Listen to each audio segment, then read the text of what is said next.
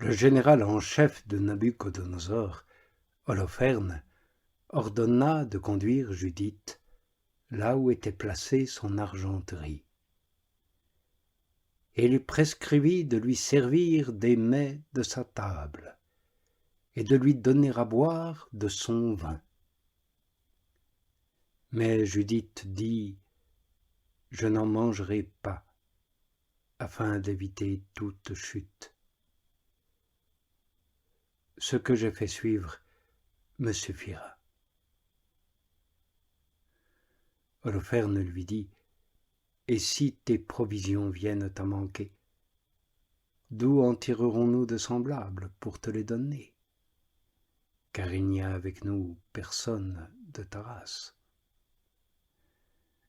Judith lui dit « Aussi vrai que vit ton âme, mon Seigneur, ton esclave n'aura pas consommé ses provisions, que le Seigneur aura exécuté par ma main ce qu'il a projeté. »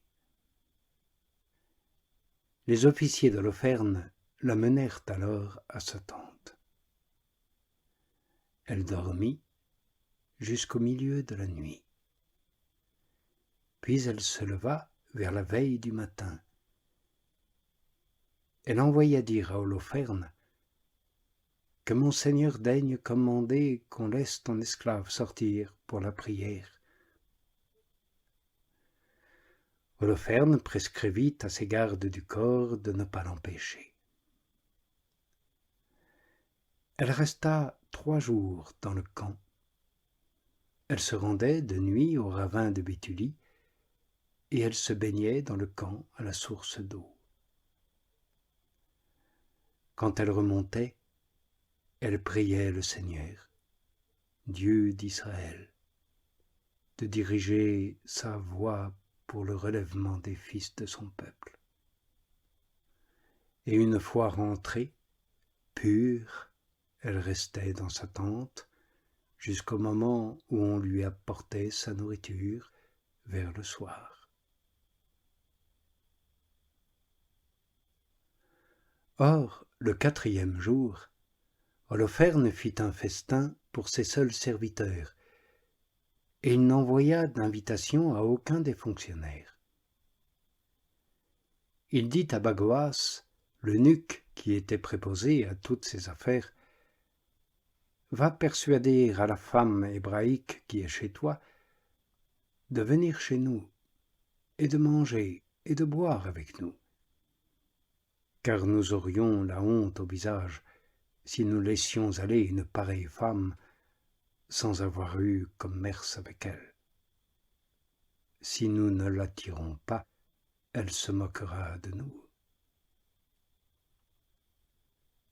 Bagoas sortit d'auprès d'Holoferne, entra chez Judith et dit « Que cette belle servante n'hésite pas à venir chez mon Seigneur pour être honorée en sa présence, boire avec nous du vin dans l'allégresse et devenir en ce jour comme une des filles des fils d'Assour qui se tiennent dans la maison de Nabuchodonosor. » Judith lui dit « Et qui suis-je, moi, pour contredire mon Seigneur? Tout ce qui sera agréable à ses yeux, je m'empresserai de le faire, et ce me sera une joie jusqu'au jour de ma mort. » Elle se leva, se para de ses vêtements et de toute sa parure féminine. Son esclave la précédait, et elle étala pour elle sur le sol, devant Holoferne, les toisons qu'elle avait reçues de Bagoas pour son usage quotidien, afin de s'y coucher pour manger. Judith entra et s'étendit. Le cœur d'Holoferne fut transporté vers elle. Son âme s'agita, et il fut pris d'un violent désir de s'unir à elle, car depuis le jour où il l'avait vue, il guettait l'occasion de la séduire. Holoferne lui dit « Allons, bois, et sois dans l'allégresse avec nous. » Judith dit « Je boirai donc, Seigneur, car ma vie est devenue pour moi d'un plus grand prix aujourd'hui que tous les jours de mon existence. » Elle prit, mangea, et but devant lui ce qu'avait préparé son esclave. Holoferne, mis en joie par elle, but du vin en très grande quantité, comme il n'en avait jamais bu en un seul jour depuis sa naissance. Quand il se fit tard, ses officiers s'empressèrent de partir. Bagoas ferma la tente de l'extérieur et écarta de devant son seigneur ceux qui se tenaient là.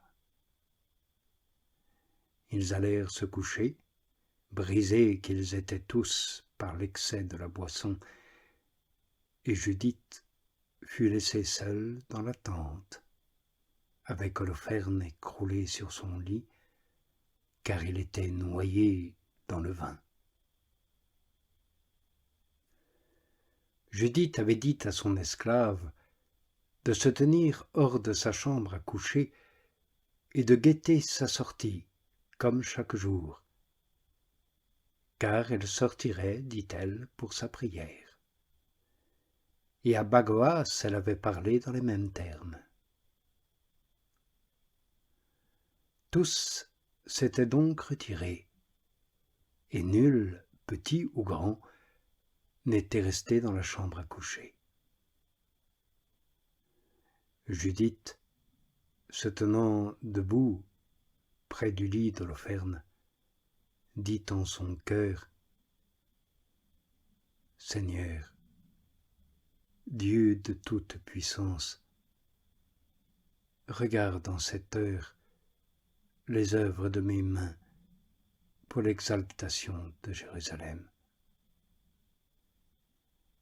Car c'est maintenant le moment de venir en aide à ton héritage et d'exécuter mon entreprise pour l'écrasement des ennemis qui se sont dressés contre nous. »